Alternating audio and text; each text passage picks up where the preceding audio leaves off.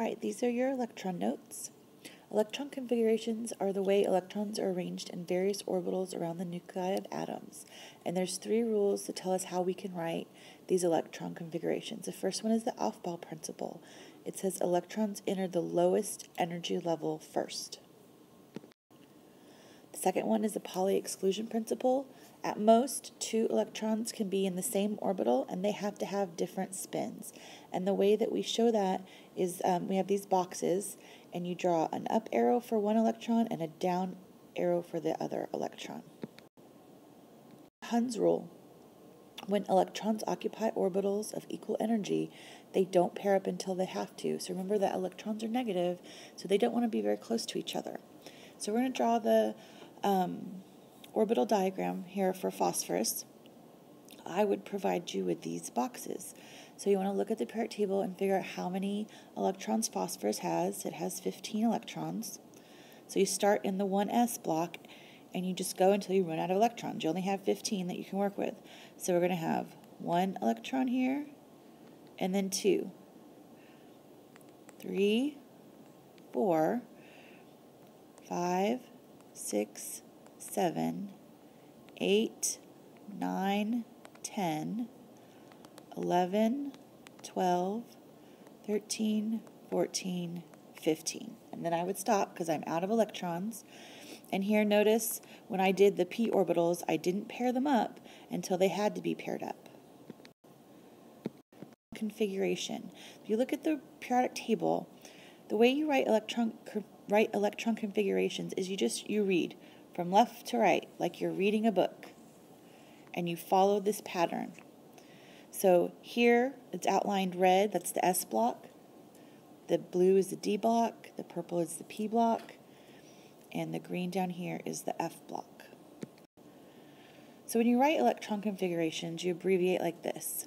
You put the energy level that they're in, 1, then you do the shape of the shell, S. So here are your possibilities. You have an S shape, P, D, or F shape. So if they're in the S block, they're shaped like a sphere. If they're in the P block, they're shaped like a peanut. If they're in the D block, they're shaped like a dumbbell. And if they're in the F block, they're shaped like a flower. Then you've got, the number of electrons that are actually in there. So who would have an electron configuration of 1s1? That would be hydrogen. He's in the first row, he's in the S block, and he has 1 electron. So the D and F block are special. They're shifted down, so if you notice you're in the 4th row here, but when you get to the D block, it's actually 3. It's like they've all shifted down 1. And the same with the 6th and 7th row. All right, so let's practice. You're going to start with hydrogen, and you're going to read from left to right. And you're just going to read off. So we're going to go to lithium. We're going to stop once we hit lithium. Start with hydrogen. It's in the first row, S block, 1 electron. So 1s1, 1s2. So lithium's 1s2, 2s1. Iron, start again. Hydrogen, 1s2, 2s2,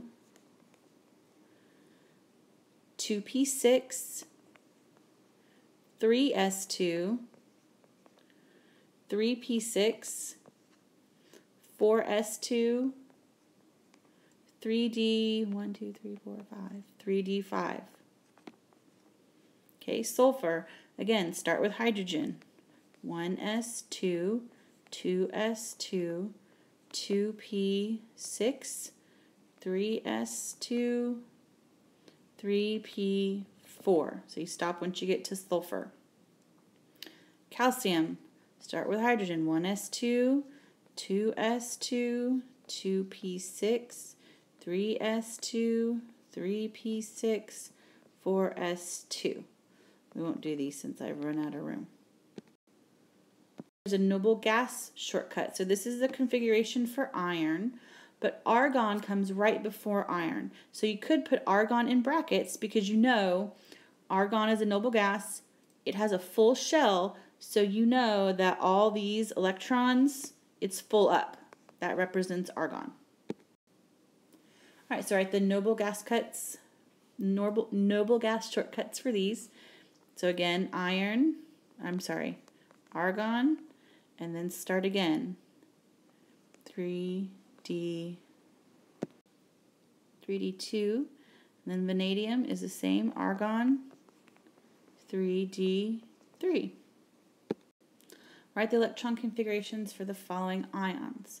All right, so iron is 1s2, 2s2, 2p6, 3s2, and it should be 3d5, but it's lost 3, so 3d2. Magnesium, 1s2, 2s2, 2p6. It should be 3s2, but it's lost 2, so it's just that. Fluorine, 1s2, 2s2. It should be 2p5, but it gained 1, so 2p6. Sulfur, 1s2, 2s2, 2p6, 3s2, 3p should be 4, but it gained 2, so 3p6. All right, valence electrons. These electrons are responsible for the chemical properties of atoms because they're in the outermost energy level. They're the s and p electrons when you're writing your electron configuration. Now the core electrons are all the other ones in the lower shells. Electron dot diagrams. This is how you show your valence electrons. So we'll do nitrogen. You put your symbol in the middle. That's a symbol for nitrogen. Nitrogen has 5 valence electrons. So you start up top and just move counterclockwise or clockwise until you're full up. So we have 1, 2, 3, 4, 5. So that's the Lewis dot or electron dot for nitrogen. Light. So light is a kind of electromagnetic radiation. It includes gamma rays, X-rays, radio waves, microwaves, visible light, UV, infrared, and ultraviolet. And we'll have a chart later. Now the speed of light is always this. It always travels that fast and it's abbreviated as c. You can even just round it to 3 times 10 to the 8th meters per second. That's fine too. Frequency. Different frequencies of light are different colors of light. That's how we see it. And the whole range, the whole electromagnetic spectrum is called a spectrum. Here it should be C, right, instead of V, little v. So speed of light equals the frequency times the wavelength. So here's the electromagnetic spectrum. You start off here low energy. As you move this way, you get higher and higher energy. Here you have a long wavelength.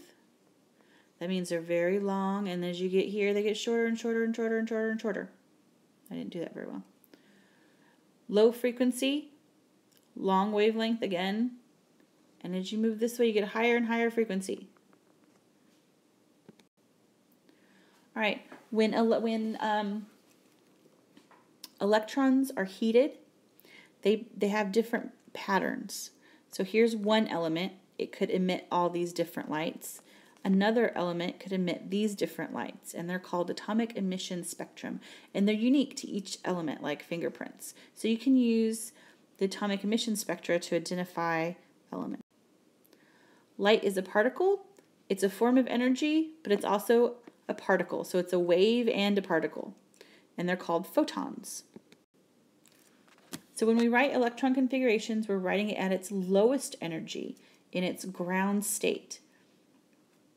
And so here's Planck's constant. Write this down. This is energy. E is energy. And you can calculate the energy from this equation. Energy equals Planck's constant times your frequency. So this is your frequency. All right. So here's hydrogen. It's at its ground state. It has 1 electron. It's not excited. It's right where it's supposed to be. When it gets excited, either by heat, electricity, or light, it becomes excited and it jumps up. And after it jumps up, and then it'll fall back down to where it's supposed to be because it can't stay excited all the time. When it falls back down, it emits light. And that's when you see those different atomic spectra.